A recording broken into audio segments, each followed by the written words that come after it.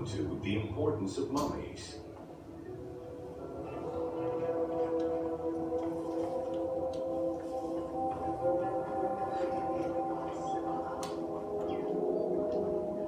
The first hieroglyph for embalmer appeared in pyramid texts of the Old Kingdom. It is likely that embalming was a trade that progressed alongside the evolution of ancient Egyptian funeral practices. While we still know nothing of how embalming came to be a profession, we do know that embalmers had a hierarchy, and that each embalmer specialized in a specific phase of the mummification process.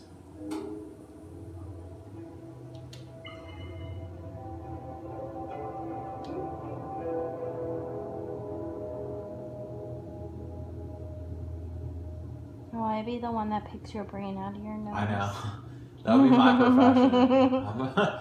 I'd be at like the bar, like in the tavern drinking beer out of a jar, like, oh, I'm a professional brain scrambler. You know that thing that helps you think and breathe and function? Well, I'm the one that goes in there with a hook and scrambles it all up. Next section. The mummification techniques were jealously guarded by embalmers from generation to generation.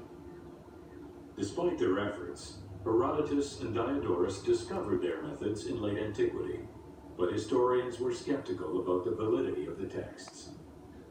It remained a mystery until two teams of modern medical legal scientists confirmed the process in 1994 and again in 2011.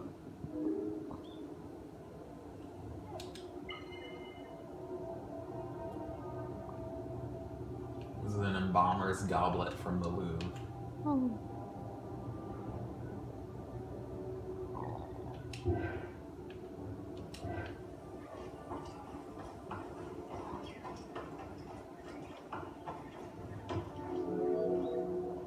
The Uabet, meaning the pure place, was where the embalmers mummified the bodies of the deceased. Until the end of the Middle Kingdom, it was located in tents at the edges of the city due to the smell of decomposition. In the New Kingdom, however, the Uabet was located within the city limits, though still in open-air spaces. In the same way that the practices and techniques of mummification evolved, so possibly did consideration towards embalmers within ancient Egyptian society.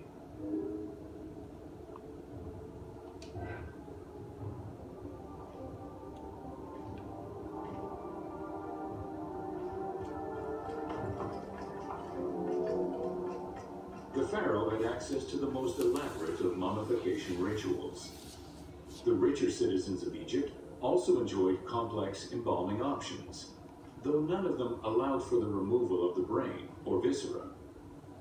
After purifying the body, embalmers injected a liquid through the rectum, sealed it, and allowed the mixture to settle. Wow. They then plunged the body into natron for up to 40 days.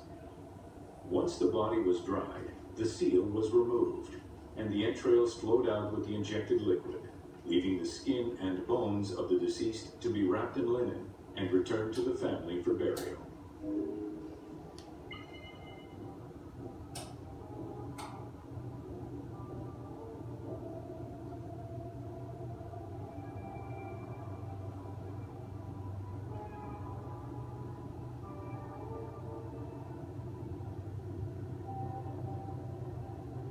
Okay.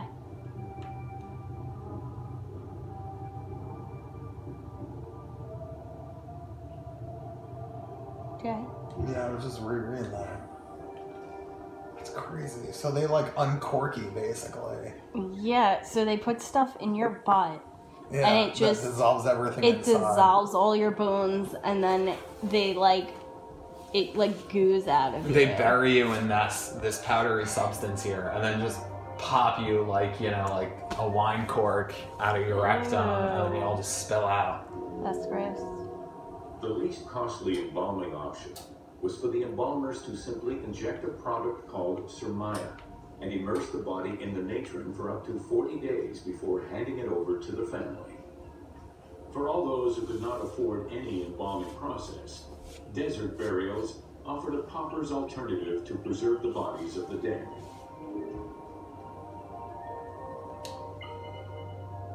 Oh, that's a real dead body? I don't know. It's like I can't tell if it's a photo or if it's like animated. Hmm.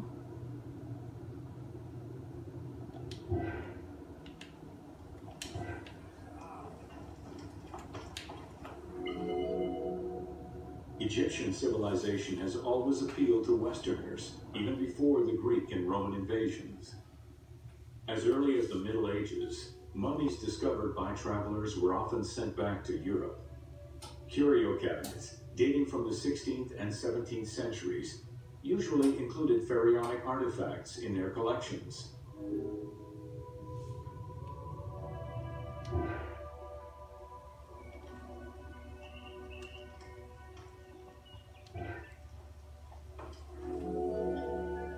The Egyptomania phenomenon was heralded by Napoleon Bonaparte's Egyptian campaign, which lasted from 1798 to 1802. The following years were marked by a resurgence of interest from rich enthusiasts and scholars who exposed Egypt to the general populace. Many research societies focusing on Egyptology were founded during those years.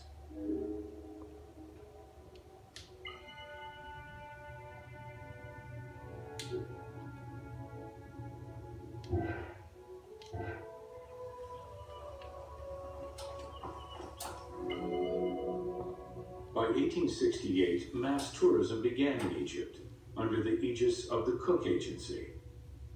The rich would indulge in leisure trips to Egypt and bring back mummies. Upon their return, they would organize evenings that consisted of unpacking mummies and removing strips of linen and amulets layer by layer. These were considered the shining cultural events of the season. The Egyptian collections of many a museum were founded as a consequence of this mass pillaging. So rich people would go steal mummies and just unwrap them at like parties. Mm-hmm. That's crazy. They'd bring back mummies, and then they'd organize these evenings that consist of unpacking them. So they would keep stripping them of, I guess, whatever gauze they wrapped them in, and then just like finding jewelry and amulets and everything underneath them.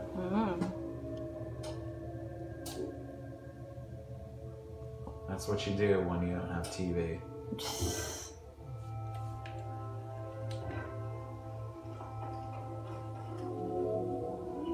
Thanks to those dubious parties, the fantasy of a mummy coming back to life, seeking revenge on its defilers, was born. The mummy malediction myth has remained steady in popular culture ever since, particularly in written media and cinema.